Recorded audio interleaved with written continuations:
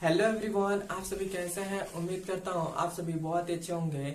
आज की इस वीडियो में हम पढ़ने वाले हैं क्लास 10th मैथ का जो हमारा तीसरा नंबर चैप्टर है, दो चर वाले रैखिक समीकरण युग्म, उसका प्रश्नावली नंबर 3.2 का इस वीडियो में हम 5वां नंबर सवाल, 6वां नंबर सवाल और 7वां नंबर सवाल हल करेंगे। इसके पिछले वाले वीडियो में हमने सभी सवाल हल कर लिया था।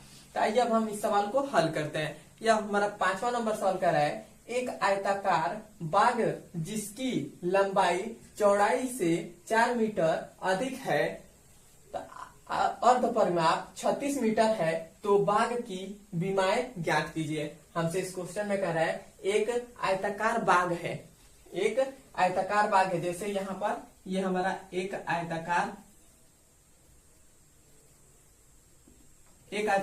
ये बाग है और हमें इसकी लंबाई मतलब ये जो लंबाई है ये भी हमें नहीं मालूम है और जो चौड़ाई है ये भी हमें मालूम नहीं है। और हमसे कह रहा है लंबाई चौड़ाई से 4 मीटर अधिक है और इसका अर्ध परिमाप 36 मीटर दे दिया गया है, तो हमें बाग की विमाएं ज्ञात करनी है। तो अब हम क्या करेंगे, यहाँ सबसे पहले तो यहाँ हल लिखेंगे, हल लिख लेंगे। उसके बाद यहाँ आगे आप लिखेगा कि आयताकार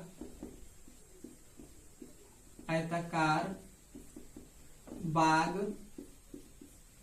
की लंबाई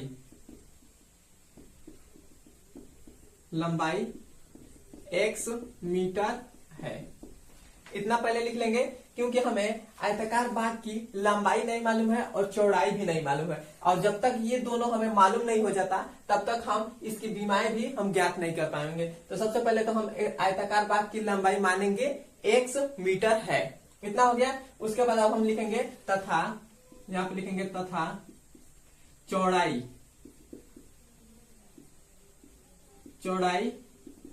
y मीटर है। इतना हो गया। अब हम क्या करेंगे, अब हम इसके आगे अब हम पढ़कर हल करेंगे। इसके आगे हम पढ़कर अब समीकरण बनाएंगे।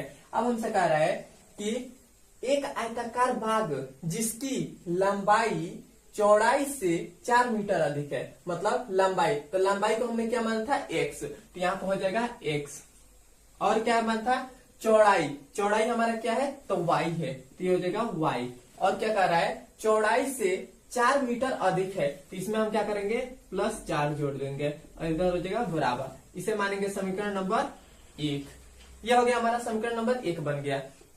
अब हमसे कह रहा है कि अर्ध परिमाप, तो मतलब अर्ध परिमाप मतलब जो हमारा ये आयताकार बाग है तो ये पूरा नहीं, बस इसको इतना कह रहा है, मतलब यहां से लेकर यहाँ तक को कह रहा है। तो ये जो हमारा है ये तो हमारा लंबाई है, तो लंबाई को हमने x माना था और जो हमारा चौड़ाई है इसको हमने y माना था। तो हमसे कह रहा है इसका अर्ध परिमाप, मतलब ये जो पूरा लाइन और ये मतलब ये अर्ध परिमाप, ये आयताकार बाग है तो हमें पूरा नहीं करा, अर्ध परिमाप मतलब इसका आधा होता है, तो इसका आधा तो यही न हुआ, यहाँ से लेकर और यहाँ तक ये आधा हो गया। तो हमारा अर्ध परिमाप का कितना दे दिया गया है, अर्ध परिमाप 36 मीटर। तो ये हमारा क्या हो जाएगा, पहले तो हो जाएगा लंबाई x प्लस y हो जाएगा और बराबर में कितना दे दिया गया है 36 मीटर। यहाँ पर मीटर मत लिखिए, लास्ट में लिख लीजिएगा। इसे मानेंगे समीकरण नंबर 2। यहाँ पर हमने यहाँ कैसे लगाया, यहाँ पर आप अर्ध परिमाप लिख लीजिएगा, अर्ध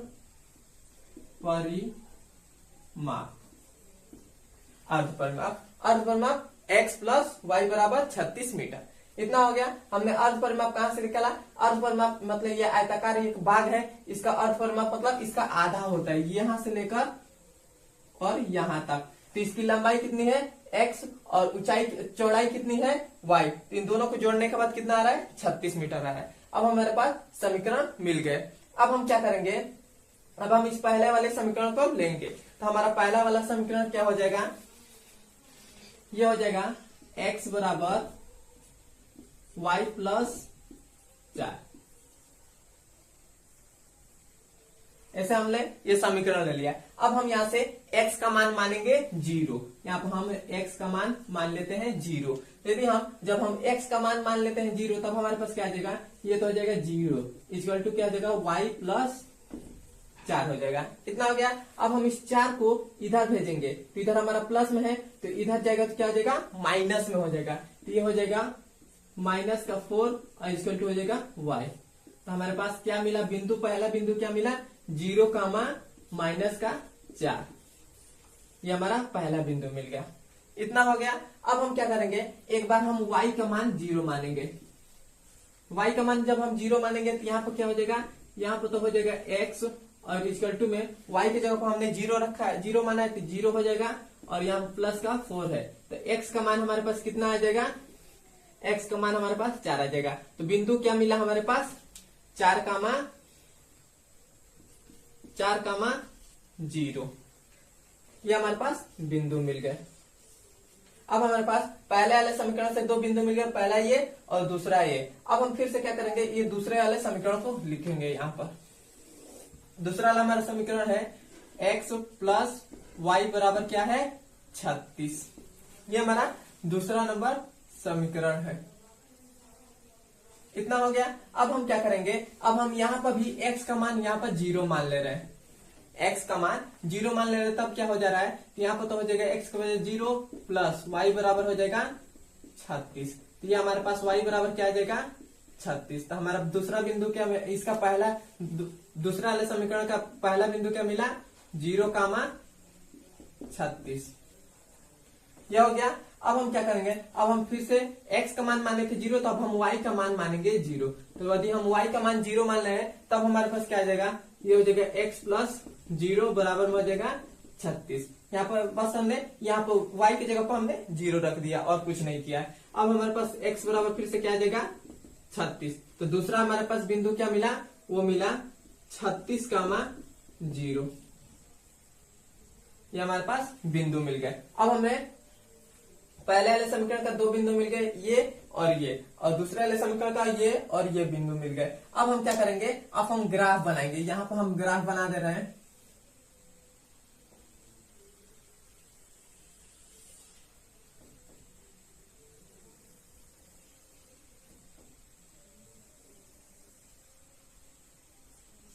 ये हमारा x अक्ष है, ये y अक्ष है। अब हम यहाँ पर ग्राफ बना दे, यहाँ पर हमने ग्राफ अभी लिखा नहीं है। यहाँ पर देखिए, यहाँ पर 36 है। यदि हम यहाँ पर 1 2 से लेकर चले तो ये जो हमारा ग्राफ है वो बहुत ज्यादा ही लंबा हो जा रहा है। तो हम क्या करेंगे, ये यहाँ 10 का गैप लेंगे, तो हमारा क्या हो जाएगा, यहाँ पर हो जाएगा 10, यहाँ पर क्या हो जाएगा 20, यहाँ पर क्या हो जाएगा 30 और यहाँ पर क्या हो जाएगा 40 हो गया। और इधर भी हमारा क्या हो जाएगा, इधर भी 10 और इधर भी 20, ऊपर 30 और ये हो जाएगा 40। इतना हो गया। और इधर भी क्या हो जाएगा, माइनस का 10 और माइनस का 20 और माइनस का 30 और माइनस का 40 और माइनस का 50 और नीचे भी हो जाएगा माइनस का 10, माइनस का 20, माइनस का 30, माइनस का 40। ऐसा हमारा हो गया। अब हमारा पहला बिंदु क्या मिला था, 0 कामा माइनस 4। तो जीरो हमारा पहला तो होता है x अक्ष, तो x अक्ष पर हमारा कितना आ जाएगा 0, हमारा यहाँ पे हो जाएगा 0। तो ये हो गया हमारा 0। इतना हो गया। अब हमारा है माइनस का 4, तो माइनस का 4 कहाँ पाएगा, यहाँ पाएगा ये इधर। तो माइनस का 4, तो यहाँ पर हमारा इसके और इसके बीच में आता है 5, तो थोड़ा सा ऊपर हो जाएगा, तो यहाँ पे हो जाएगा माइनस का 4। तो ये हमारे पास बिंदु क्या मिला, 0 कामा माइनस का 4। ये हमारा बिंदु मिल गया ये। और दूसरा बिंदु क्या मिला था, 4 कामा 0, तो 4 x अक्ष पर, तो 4 x अक्ष पर यहाँ पर हमारा 4 x अक्ष पर आ जाएगा, क्योंकि ये 10 है, इसके बराबर में यहाँ पर हो जाएगा 5, यहाँ पर हो रहा है 4, तो ये हो गया 4। और दूसरा क्या है 0, तो 0 हमारा कहाँ पर आ जाएगा, यहाँ पर आ जाएगा, तो ये हमारा हो जाएगा 4 कामा 0। इतना हो गया। अब हम क्या करेंगे, इस बिंदु को मिला देंगे, तो ऐसे तो हमारा ये हो जाएगा, ऐसे ये ऊपर चला जाएगा और ये नीचे ऐसे चला जाएगा। ये हमारा पहला बिंदु मिल गया। अब हमारा दूसरे बिंदु को मिलाएंगे। दूसरा बिंदु क्या है, 0 कामा 36, तो 0 तो हमारा x अक्ष पर हमारा 0 तो यहाँ पर आएगा, और 36, तो 36 हमारा कहाँ पर आएगा, 30 और 40 के बीच में आ जाएगा, यहाँ पर 36, तो ये हो जाएगा 0 कामा 36। ये हो गया। दूसरा क्या है, वो है 36 कामा 0, तो 36 एक्स अक्ष पर, तो 36 कहाँ पर आ जाएगा, यहाँ पर हमारा 36 आ जाएगा, तो ये हो जाएगा 36 और 0 वाई अक्ष पर यहाँ पर आ जाएगा, तो 36 कामा 0 ये हमारा दूसरा बिंदु मिल गया। अब हम क्या करेंगे, अब हम इसको मिला देंगे, तो इसको हम मिलाएंगे तो ऐसे हमारा ये मिलेगा, ऐसे हमारा मिल जाएगा। और ये जो हमारा समीकरण का आया था वो आया था दूसरे वाले समीकरण का, तो ये था x प्लस वाई बराबर में 36 आया था, ये इस समीकरण का है। और ये समीकरण का क्या था, तो वो था x equal to y plus 4 था, ये हमारा दूसरा नंबर समीकरण था। अब ये जो हमारा यहाँ पर बिंदु जो कट कर रहा है वो हमारा क्या हो जाएगा, वो हो जाएगा, यहाँ पे देखिएंगे तो आपको 20 कामा 16 पर आएगा, क्योंकि ये जो हमारा है जब आप ग्राफ पेपर पर बनाएंगे तो यहाँ पर आएगा बिंदु जो कट करेगा वो करेगा 20 कामा 16। यहाँ पर हमारा बिंदु जो है वो यहाँ पर हमारा कट करेगा, तो यही हमारा 20 कामा 16 यही हमारा आंसर हो जाएगा। इतना हो गया, ये जो हमारा यहाँ पर बिंदु कट कर रहा है यही हमारा आंसर हो जाएगा। अब हमारा पहला नंबर सवाल हल हो गया है। अब हम चलते हैं इसके 60वें नंबर सवाल पर।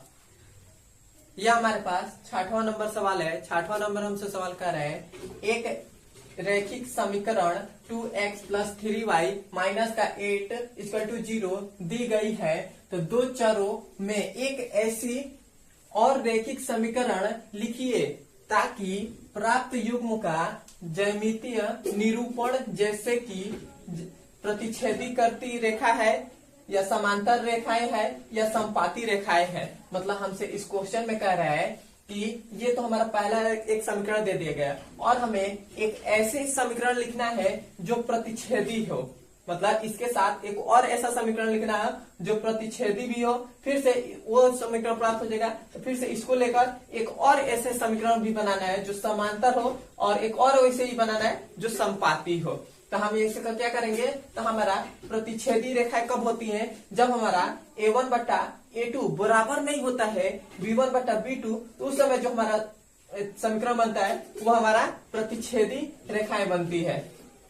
उसके बाद है जब हमारा a1 बट्टा a2 बराबर होता है b1 बट्टा b2 और बराबर नहीं होता है c1 बट्टा c2, तो उस समय जो हमारा केस बनता है, उस समय जो हमारा समीकरण बनता है वो बनता है समांतर बनता है। उसके बाद जब हमारा a1 बट्टा a2 बराबर होता है b1 बट्टा b2 और बराबर फिर से होता है c1 बट्टा c2, उस समय जो हमारा समीकरण बनेगा, उस समय जो हमारा केस बनेगा वो बनेगा संपाती रेखा बनेगा। इतना आपको बात क्लियर हो गया है।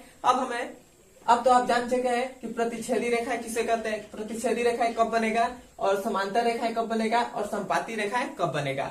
और हमसे इतना तो आप जान चुके हैं। अब हम इसमें समीकरण का एक और समीकरण निकालेंगे। तो और समीकरण कैसे निकालेंगे, इसका अनंत हल हो सकते हैं, इसका कोई यथी नहीं है कि यही हल होगा। आपके बुक में कुछ दूसरा दिया होगा, हम कुछ दूसरा बताएंगे, कोई और सर होंगे वो आपको दूसरा तरीका बताएंगे। जैसा ये इस सवाल का अनेक हल हो सकते हैं। तो जैसा हमारे पास यहाँ पर हम हल कर रहे हैं, यहाँ पर हमारा समीकरण क्या दिया गया है, वो है 2x प्लस का 3y और माइनस का 8 और बराबर में है 0। ये हमारा समीकरण है। अब हमें क्या करना है, अब हमें एक और ऐसे ही समीकरण लिखना है जो a1 बट्टा a2 बराबर नहीं होना चाहिए b1 बट्टा b2। तो हम कैसे भी लिख सकते हैं, यहाँ पर हम लिख देंगे, कुछ भी लिख दें, 5x प्लस का 2x 2y और यहाँ पर हम लिख दे रहे हैं 7 इक्वल टू 0। ऐसा हमने दो समीकरण लिख दिया। तब हमारे पास क्या हो जाएगा, a1 का मान हमारे पास क्या आ जाएगा, a1 हमारा पहला वाला समीकरण का होता है, तो a1 हमारा x ये वाला हो जाएगा। तो a1 का मान कितना है 2 और b1 का मान हमारा कितना हो जाएगा, ये लेते हैं 3 और ये हो गया। और c1 का मान हमारे पास कितना हो जाएगा, माइनस का 8 हो जाएगा। इतना हो गया। अब हमारा b1 का a2 का मान कितना हो जाएगा, तो ये a2 का मान 5 हो जाएगा। उसके बाद b2 का मान कितना हो जाएगा, तो b2 का मान यहाँ पर है तो 2 हो जाएगा। और उसके बाद c2 का मान कितना हो जाएगा, c2 का मान हो जाएगा माइनस का 7 हो जाएगा। इतना हो गया। अब हम यहाँ पर a1 बटा a2 बराबर कितना हो जाएगा, a1 हमारे पास क्या है 2 है और a2 हमारे पास कितना है 5 है, ये हो गया। अब b1 बटा B2, ये हो गया। अब हम यहाँ पे लिखेंगे 3/2। तब देखिए ये जो हमारा समीकरण, ये जो हमारा बन रहा है केस, तो A1/A2 बराबर नहीं आ रहा है B1/B2। तो यहाँ पर हम लिख देंगे A1/A2 बराबर नहीं है B1/B2, बराबर नहीं है B1/B2। तब ये जो हमारा समीकरण हमने लिखा, यही हमारा प्रतिच्छेदी रेखा का मतलब जो हमारा दूसरा नंबर समीकरण जो हमें ज्ञात करने का था, वो हमारा यह समीकरण हो जाएगा। यहाँ पे देख लीजिए प्रतिच्छेदी रेखाएं होती है, A1/A2 बराबर नहीं है B1/B2। तब हमारा क्या बनेगा, पहला केस हो जाएगा प्रतिच्छेदी रेखा। तो ये तो हमारा हल हो गया। अब हम दूसरे वाले को हल करेंगे। तो समांतर रेखाएं कब होती है, जब हमारा A1/A2 बराबर होता है B1/B2 और बराबर नहीं होता है C1/C2, तब हमारा समांतर रेखा बनता है। तो ये भी हमारा, यहाँ पर अब हम दूसरे वाले को हल कर रहे हैं। दूसरा वाला हमारा समीकरण क्या है, तो पहले वाले समीकरण को लिखेंगे 2x प्लस का 3y और माइनस का 8 = 0। इतना हो गया। अब हमारा दूसरा वाला है, तो हम इसको भी ऐसे लिखेंगे, अपने मन से लिख लेते हैं 2x प्लस का 3y और माइनस का यहाँ पे लिख दे रहे हैं 5 = 0। इतना हो गया। तो यहाँ से हमारा A1 का मान कितना हो जाएगा, A1 का मान 2 हो जाएगा, B1 का मान कितना हो जाएगा 3 हो जाएगा, और C1 का मान कितना हो जाएगा माइनस का 8 हो जाएगा। इतना आपको क्लियर है। A1 का मान यहां से हो गया, B1 का मान यहां से और C1 का मान यहां से। इतना हो गया। अब हम फिर से A2 का मान निकालेंगे। तो A2 का मान कितना हो जाएगा 2 हो जाएगा, B2 का मान कितना हो जाएगा, यहाँ पर हो जाएगा 3, और C2 का मान कितना हो जाएगा माइनस का 5 हो जाएगा। इतना बात आपको हो गया। अब देखिए, अब यहाँ पर देखिए A1/A2 यहाँ पर हम लिख दे रहे हैं इसके आगे। यहाँ पर देखिए A1/A2, A1 हमारे पास कितना है, तो 2 है, और A2 कितना है, तो 2 है। तो ये कट के कितना आ गया, 1 आ गया, 1 आ गया। और उसके बाद देखिए B1/B2, B1 हमारे पास कितना है, 3 है, तो ये होगा 3। B2 हमारे पास कितना है, तो 3 है, तो ये भी कट कर हमारे पास कितना आ गया, 1 आ गया। इतना बात हो गया। उसके बाद C1/C2, तो C1 हमारे पास कितना है, माइनस का 8 है, माइनस का 8। C2 हमारे पास कितना है, माइनस का 5 है, तो माइनस का 5 हो गया। तब यहाँ पे देखिए हमारे पास A1/A2 बराबर आ रहा है B1/B2 और बराबर नहीं आ रहा है C1/C2, तो अब हमारा कौन सा केस बनेगा, समांतर बनेगा। तो यहाँ पर हम लिख दे रहे हैं A1/A2 बराबर है B1/B2, उसके बाद बराबर नहीं है C1/C2। ये हमारे पास समीकरण बना। तो ये हमारा जो दूसरा वाला समीकरण हमने लिखा, यही हमारा दूसरे का आंसर हो जाएगा। यही हमारा दूसरे का आंसर हो जाएगा। अब हमारा ये भी हमारा क्लियर हो गया। अब हम इस तीसरे वाले को क्लियर करेंगे। तीसरा वाला हमारा क्या हो जाएगा, तो ये हमारा पहला समीकरण क्या था, यहाँ पर तीसरे वाले को हल कर रहे हैं। पहला हमारा समीकरण क्या था, 2x प्लस को 3y और माइनस का 8 बराबर में 0। इतना हो गया। अब हम अपने मन से कोई एक और समीकरण लिखेंगे। तो हम क्या करेंगे, यहाँ पर हम लिख दे रहे हैं 4x प्लस का 6y और यहाँ पर हो जाएगा माइनस का 16 = 0। ये हमने अपने मन से एक समीकरण बना दिया। अब हम यहाँ से A1 का मान निकालेंगे। तो A1 का मान हमारे पास कितना हो जाएगा, तो 2 हो जाएगा। B1 का मान हमारे पास कितना हो जाएगा, माइनस का 3। C1 का मान हमारे पास कितना हो जाएगा, तो ये हो जाएगा माइनस का 8 हो जाएगा। इतना हो गया। अब हम फिर से A2 का मान निकालेंगे। तो A2 का मान हमारा कितना हो जाएगा, तो ये हो जाएगा 4 हो जाएगा। B2 का मान कितना हो जाएगा, तो 6 हो जाएगा। उसके बाद C2 का मान कितना हो जाएगा, तो माइनस का 16 हो जाएगा। माइनस का 16 हो गया। इतना हो गया। अब हम फिर से यहाँ पे लिखेंगे A1/A2। तो A1 हमारे पास कितना है, तो 2 है, और A2 हमारे पास कितना है, 4 है। तो ये कितना हो जाएगा, 2 कहने 2, 2 दूना 4, तो ये कितना बनेगा, 1/2 बन गया। इतना हो गया। अब हम फिर से यहाँ पे लिखेंगे B1/B2। इतना हो गया। अब हमारे पास B1 कितना है, 3 है, B2 कितना है, 6 है, तो ये कितना हो गया, 3 कहना है 3 दूना 6, तो ये हो गया 1/2 आ गया। इतना हो गया। अब हम फिर से यहाँ पर C1/C2 निकालेंगे। तो C1 हमारे पास कितना है, माइनस का 8 है, तो माइनस का 8, और C2 में कितना है, माइनस का 16 है, तो माइनस से माइनस तो कट गया, इतना हो गया।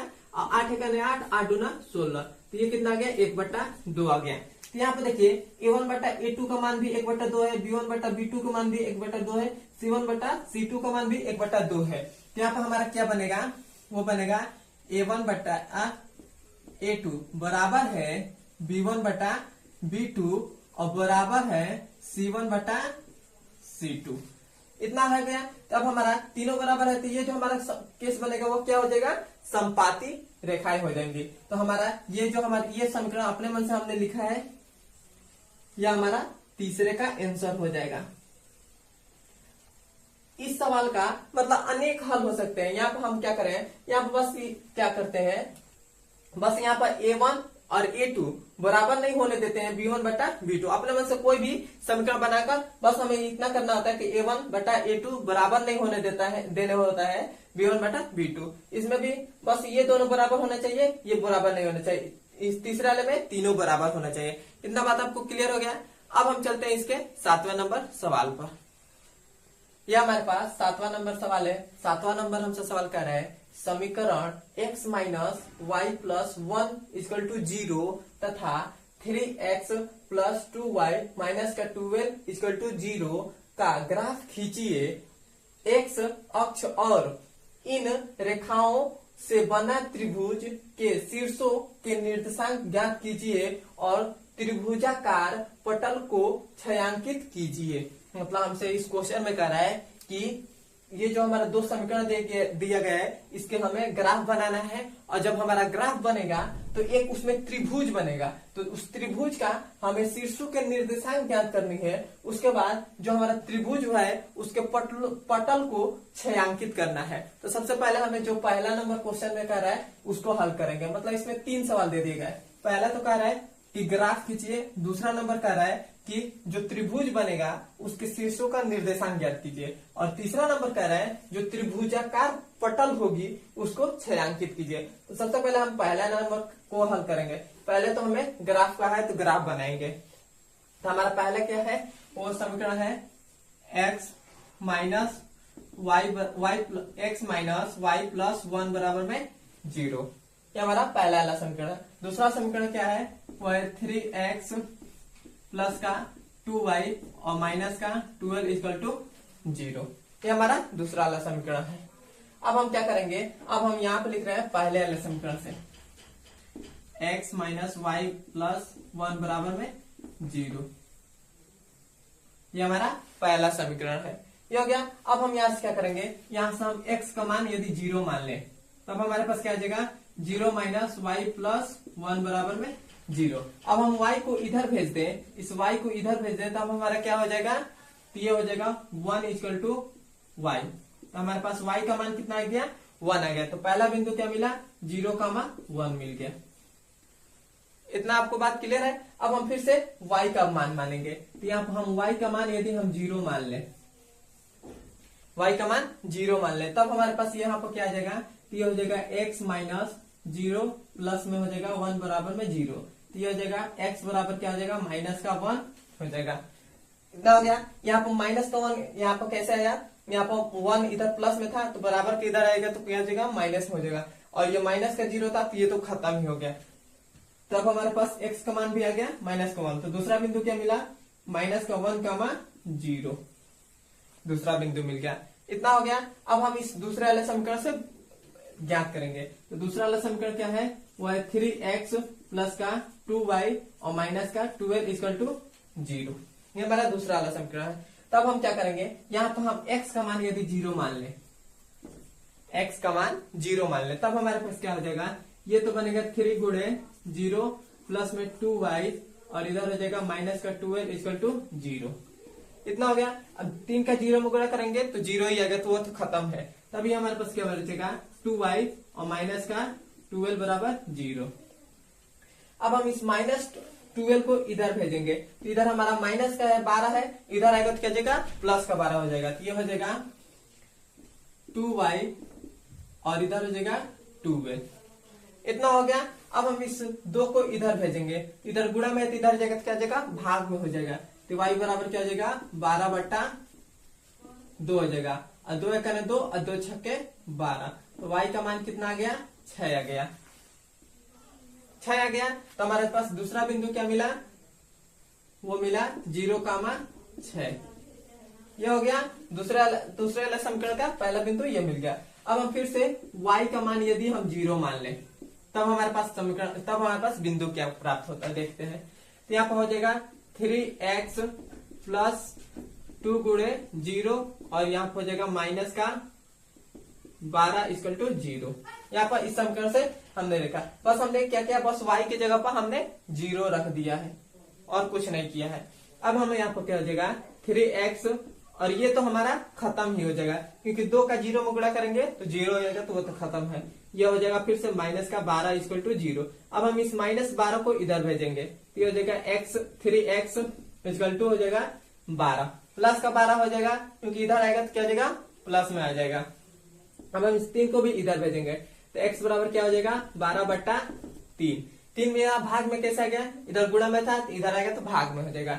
3 एकने 3 और 3 चौको 12, कितना हो गया? तो ये हो जाएगा x बराबर क्या आ गया, 4 आ गया। तो दूसरे वाले समीकरण का दूसरा बिंदु क्या मिला, 4,0। अब हमारे पास बिंदु मिल गए। अब हम ग्राफ बनाकर दर्शाएंगे। तो ये तो हमारा यहाँ पर हम ग्राफ बना ले रहे हैं।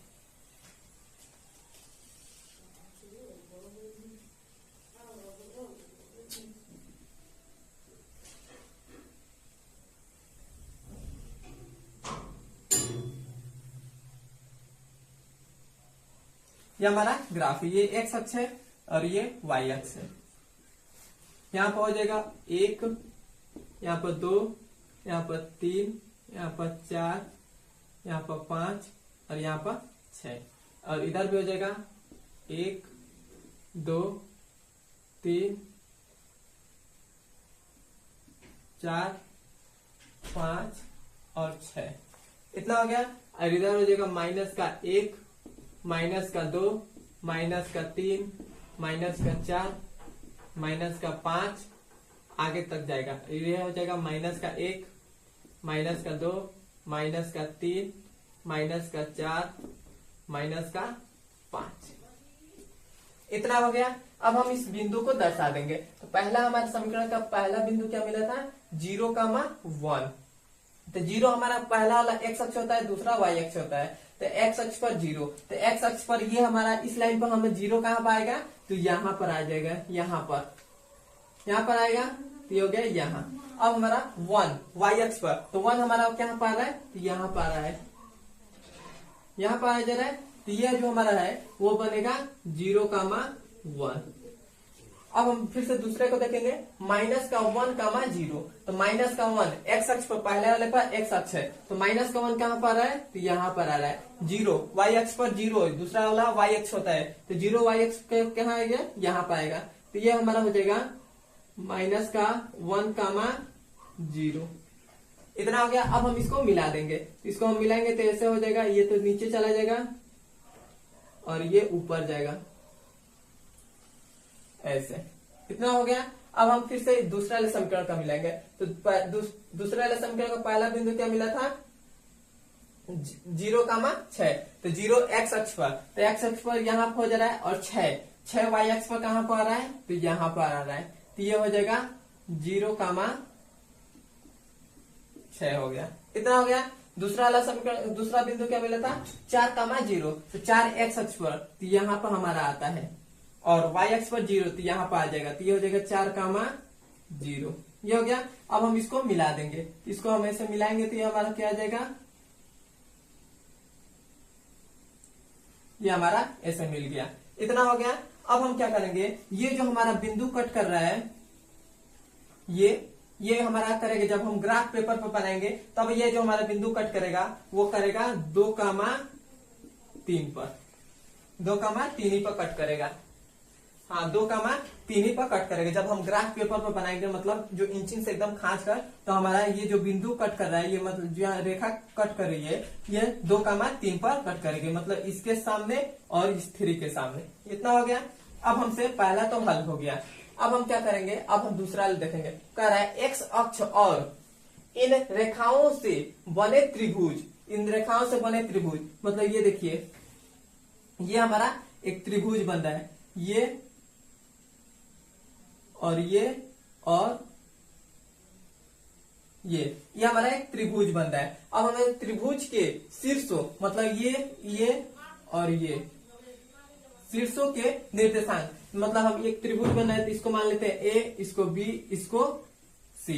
अब हमारा शीर्षों के निर्देशांक क्या हो जाएगा, तो शीर्षों के निर्देशांक हमारा पहला ए का निर्देशांक ये हो गया -1, 0, दूसरे का हो जाएगा 2, 3 और तीसरे का हो जाएगा 4, 0। इतना हो गया। अब हमारा दूसरे तक भी हल हो गया, निर्देशांक हमने ज्ञात कर लिया त्रिभुज के। अब हमसे कह रहा है त्रिभुजाकार पटल को छायांकित कीजिए। तब हमें ये जो हमारा त्रिभुजकार है इसके पटल मतलब इसके अंदर हमें छायांकित करना है, तो इसे हम बिंदु डाल देंगे, ऐसे बिंदु हमने कर दिया।